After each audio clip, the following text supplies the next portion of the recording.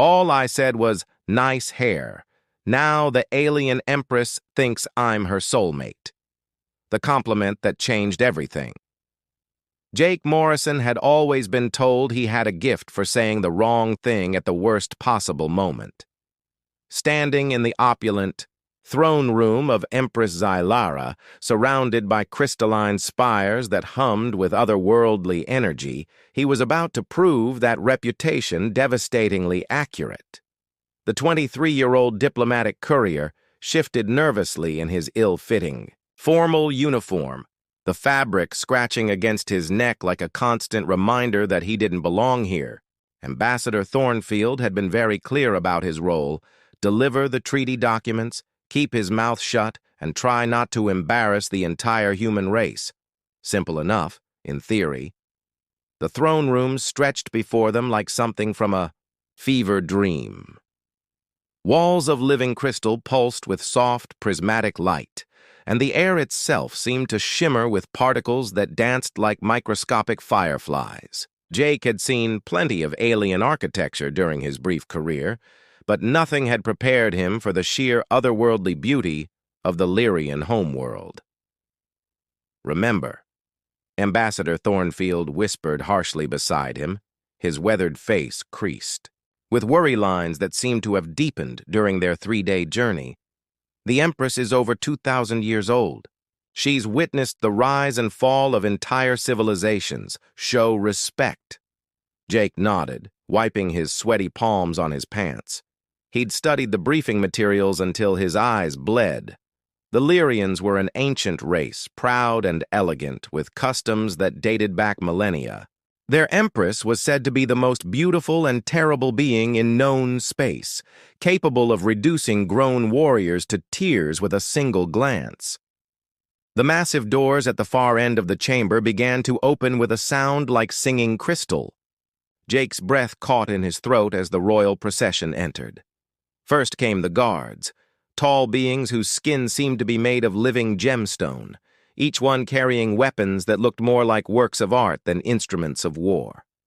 Their movements were perfectly synchronized, creating a hypnotic rhythm that seemed to make the very air vibrate with power. Then came Commander Vex, the Empress's chief military advisor. Jake had read about him too, a legendary warrior whose crystalline features were said to reflect the light of dying stars. His expression was as cold and unforgiving as the vacuum of space itself. But when Empress Xylara herself appeared, Jake forgot how to breathe. She was tall, even by Lyrian standards, with skin that seemed to glow with an inner light. Her features were sharp and angular, beautiful in a way that felt dangerous, like admiring the edge of a blade. But it was her hair that truly captured Jake's attention, long flowing strands that seemed to be made of liquid silver, moving with a life of their own, despite the absence of any breeze. The hair cascaded down her back like a waterfall of starlight, shifting between silver and platinum and something that might have been pure moonbeam. It was hypnotic, beautiful, and completely alien all at once. Ambassador Thornfield stepped forward with practiced dignity, beginning the formal greeting ritual that Jake had heard him rehearse a dozen times during their journey. "Your Imperial Majesty, on behalf of the Terran Federation, I present these documents of—" "Nice hair."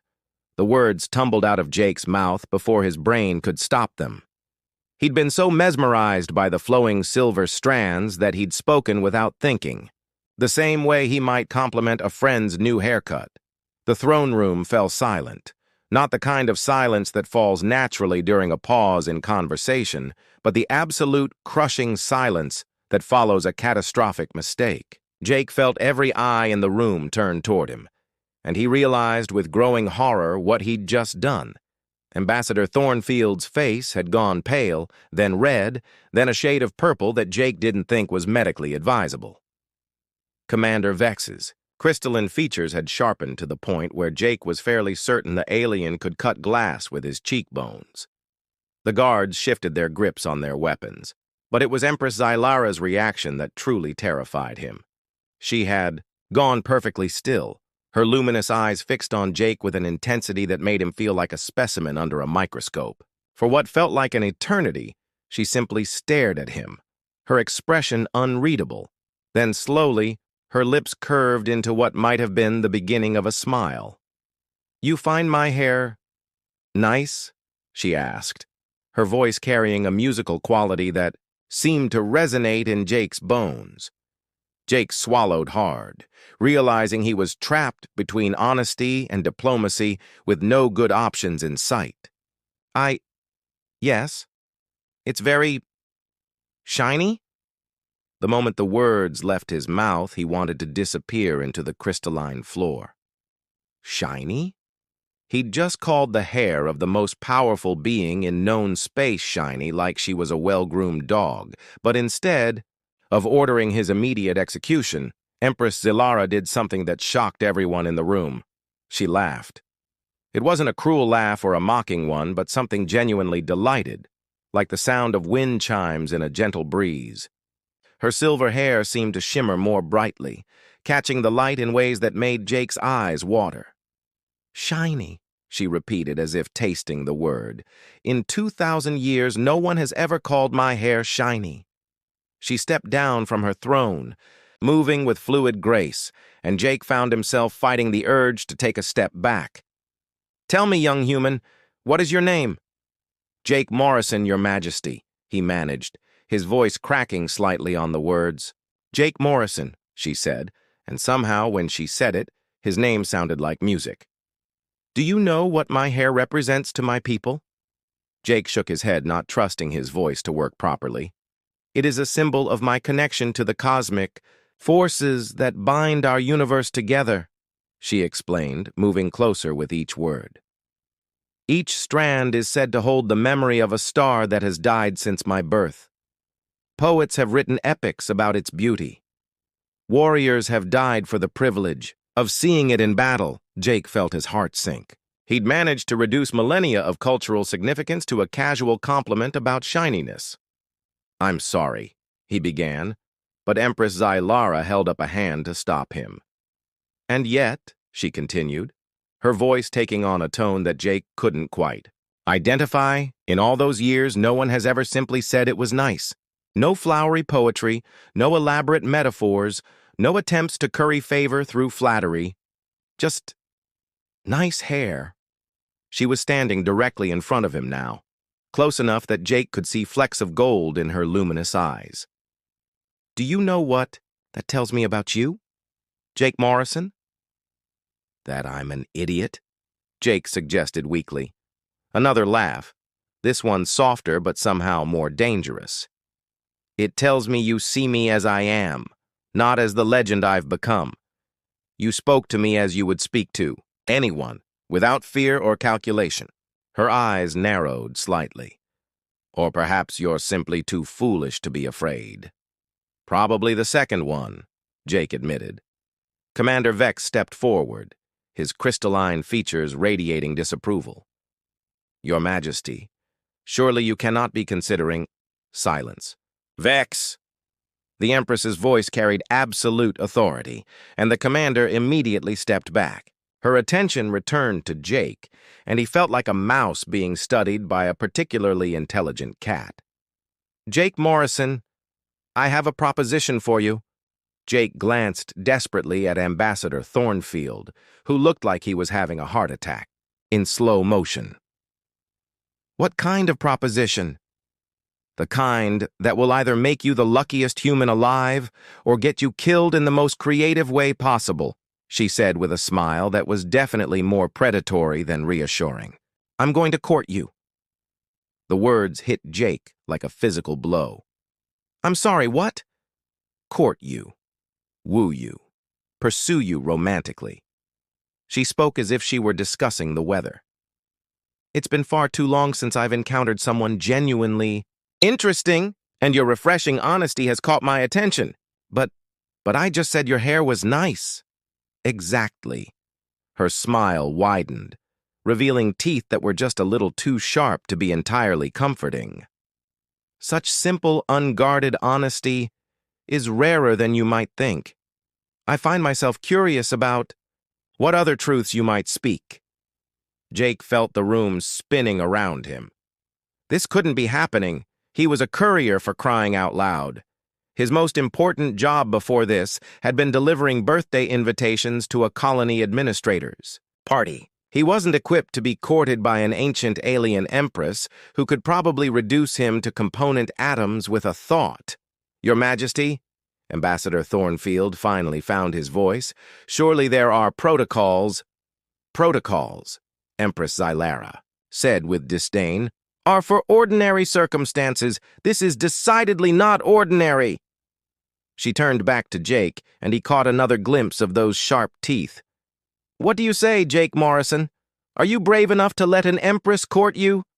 Jake opened his mouth to say that no, he absolutely was not brave enough, that this was all a terrible misunderstanding, and that he would very much like to go home and pretend this had never happened. Instead, what came out was, will there be dinner involved? Because I haven't eaten since we landed and I'm kind of starving. Interstellar misunderstandings. 3 days into what Empress Xylara had cheerfully termed the courtship period, Jake Morrison was beginning to suspect that he might be losing his mind, or possibly already dead. The jury was still out on which option he preferred. He sat in what the palace staff had described as his personal quarters, though it looked more like a luxury hotel suite designed by someone who had only heard hotels described secondhand by a fever dream patient. The walls were made of the same living crystal as the throne room, pulsing gently with soft blue light that supposedly responded to his emotional state. Currently, they were strobing between anxious yellow and panicked red, which Jake felt was a pretty accurate representation of his mental condition. A soft chime announced a visitor, and the door dissolved into sparkles, because apparently regular doors were too mundane for an alien palace.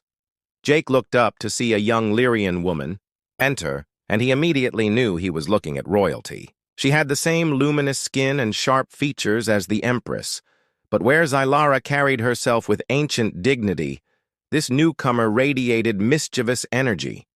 You must be the human who broke my mother's brain, she said without preamble, flopping into one of the crystalline chairs with casual disregard for royal protocol. I'm Princess Kira, and I have to say this is the most entertainment I've had in centuries. Jake blinked.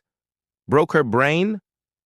Oh yes, Kira said with obvious delight, her silver hair, shorter and spikier than her mother's flowing locks, catching the light as she gestured animatedly. She's been walking around the palace humming. My mother, who once stared down a supernova until it backed down, is humming love songs from the 3rd millennium. That can't be good, Jake said weakly. It's hilarious, Kira corrected. Do you have any idea how long it's been since anything genuinely surprised her? She's been the same stoic, intimidating ruler for so long that I was starting to think she'd forgotten how to be anything else. The princess leaned forward conspiratorially. Yesterday, she asked me if I thought pink or blue would look better with your skin tone. Jake felt his face burning. Please tell me you're joking. I suggested purple, personally. Brings out your eyes. Kira's grin was definitely inherited from her mother, all sharp teeth and dangerous amusement. But that's not why I'm here. I'm here because my mother has decided to throw you a proper Lyrian courtship feast tonight, and you're going to need all the help you can get. Before Jake could ask what exactly a Lyrian courtship feast involved, though he suspected it wouldn't be anything as simple as dinner and a movie, another chime announced another visitor. This time, the door admitted a figure that made Jake's heart sink into his boots. Captain Reeves looked exactly like what Central Casting would order if someone needed a gruff space marine. Broad shoulders, buzz cut, jaw that could cut glass, and an expression suggesting he'd rather be anywhere else, in the galaxy. Behind him stood Ambassador Thornfield, who looked like he'd aged 10 years in the past 3 days. Morrison, Captain Reeves said, his voice carrying the kind of authority that made junior officers check their posture. We're here to extract you. Extract me? Jake stood up quickly, hope flaring in his chest. You mean get me out of here? The Terran Federation has decided that your situation poses too great a diplomatic risk, Ambassador Thornfield explained, wringing his hands. We're going to politely decline the Empress's courtship and return you to Earth for reassignment. Somewhere quiet. Very, very quiet. Princess Kira made a sound that might have been a snort of laughter. Oh, this should be good. Captain Reeves shot her a suspicious look. What's that supposed to mean? You can't just take him, Kira said, examining her nails with studied casualness. He's already accepted the courtship. By Lyrian law, he's under the protection of the crown until the ritual period is complete. What ritual period? Jake asked. Though he was beginning to suspect, he didn't want to know. The traditional courtship ritual, Kira explained, usually lasts about 6 months, during which the Empress will demonstrate her worthiness as a mate through various trials and tribulations. It's all very romantic in a potentially lethal sort of way. Captain Reeves stepped forward, hand moving instinctively toward his sidearm. We're not leaving without Morrison. And we're not letting you take him, Kira replied sweetly.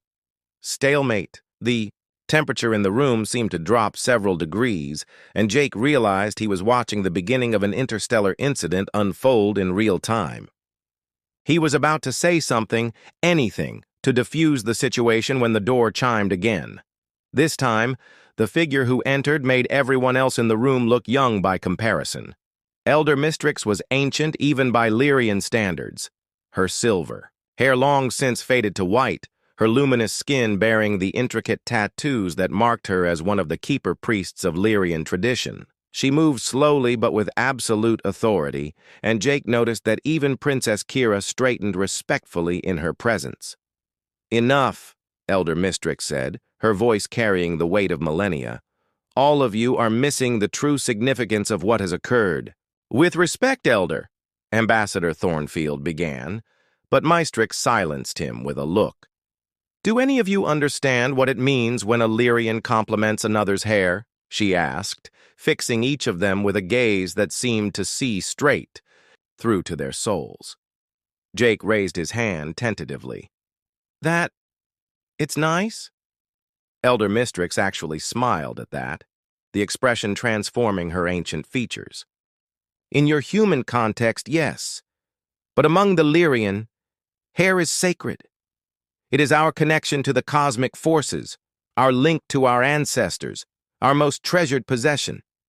To compliment someone's hair is... She paused, seeming to search for the right words. To see their soul. I just said it looked nice, Jake protested weakly. Exactly, Mistrix said. No flowery language, no elaborate poetry, no attempts to flatter or manipulate.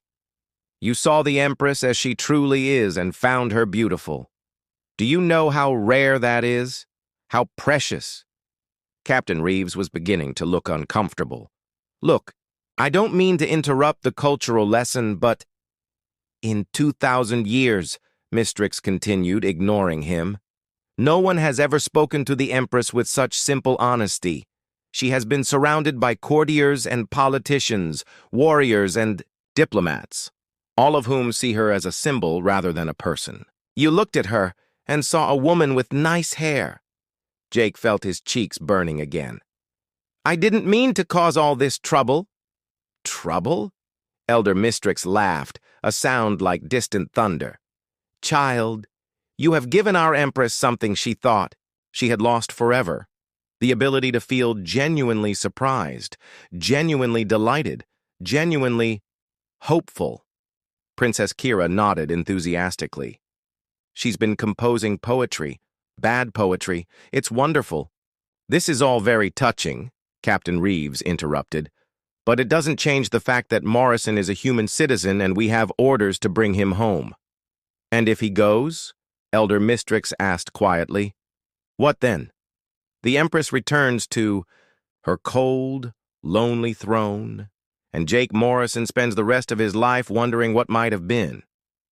She fixed Jake with that penetrating stare again. Tell me, young human, What does your heart say? Jake opened his mouth to say that his heart was telling him to run as fast as possible in the opposite direction, but the words stuck in his throat, because the truth was more complicated than that. Yes, he was terrified. Yes, this was completely insane. But there was something about Empress Xylara that he couldn't get out of his head. Not just her otherworldly beauty, but the way she'd laughed at his awkwardness, the genuine delight in her eyes when he'd spoken without thinking. He began, then stopped. Everyone in the room was watching him, waiting for his answer. I don't know. Then perhaps, Elder Mistrix said gently, you should stay long enough to find out. Captain Reeves looked like he'd swallowed something unpleasant. The Federation isn't going to like this. The Federation, Princess Kira said with royal disdain, can file a formal complaint. But Jake stays until the courtship period is complete. What if I don't want to be courted by an alien empress? Jake asked. Though even as he said it, he wasn't sure he meant it. Then you tell her so, Elder Mistrix replied. But be honest, Jake Morrison. Be as honest as you were when you complimented her hair, because dishonesty now would break something in her that has only just begun to heal. The room fell silent as Jake wrestled with his thoughts. 3 days ago, his biggest worry had been delivering treaty documents without spilling coffee on them. Now he was apparently the key figure in an interstellar romance that could affect diplomatic relations between two entire species. The courtship feast is in 2 hours, Princess Kira said finally. If you're staying, you'll need to prepare. If you're leaving, she shrugged. Well, I suppose Captain Reeves can explain to the Empress why her first genuine suitor in 2 millennia decided to run away. Jake looked around the room at the faces watching him. Ambassador Thornfield clearly wanted him to leave. Captain Reeves was ready to drag him away by force if necessary. Princess Kira was practically vibrating with anticipation. Elder Mistrix simply waited, patient as stone, for his decision. What exactly happens at a courtship feast? Jake asked. Kira's grin widened. Oh, nothing too dramatic. Just some traditional foods, a few ceremonial dances, maybe a ritual combat or 2. Ritual combat. Relax, she said with a wave of her hand. Mother will handle the fighting. You just have to sit there and look impressed. Jake took a deep breath, realizing he was about to make either the best or worst decision of his life. Okay, he said. I'll stay for the feast. Captain Reeves muttered something under his breath that was probably not complimentary. Ambassador, Thornfield looked like he might faint. Princess Kira clapped her hands with delight. Elder Mistrix simply nodded approvingly. Wisdom often wears the mask of foolishness, she said. You may surprise yourself, Jake Morrison.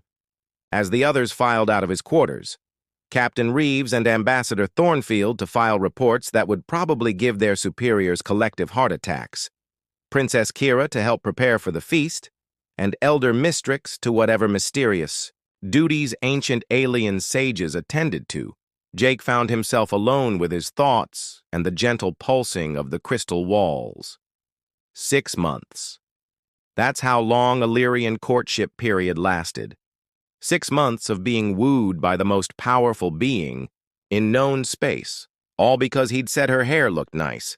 His mother definitely wasn't going to believe this. But as he began getting ready for a feast thrown in his honor by an alien empress who wrote bad poetry and hummed love songs, Jake found himself thinking that maybe, just maybe, he was curious enough to see how this particular adventure turned out. After all, what was the worst that could happen? As soon as the thought crossed his mind, the crystal walls flashed bright red, and Jake decided he probably didn't want to know the answer to that question.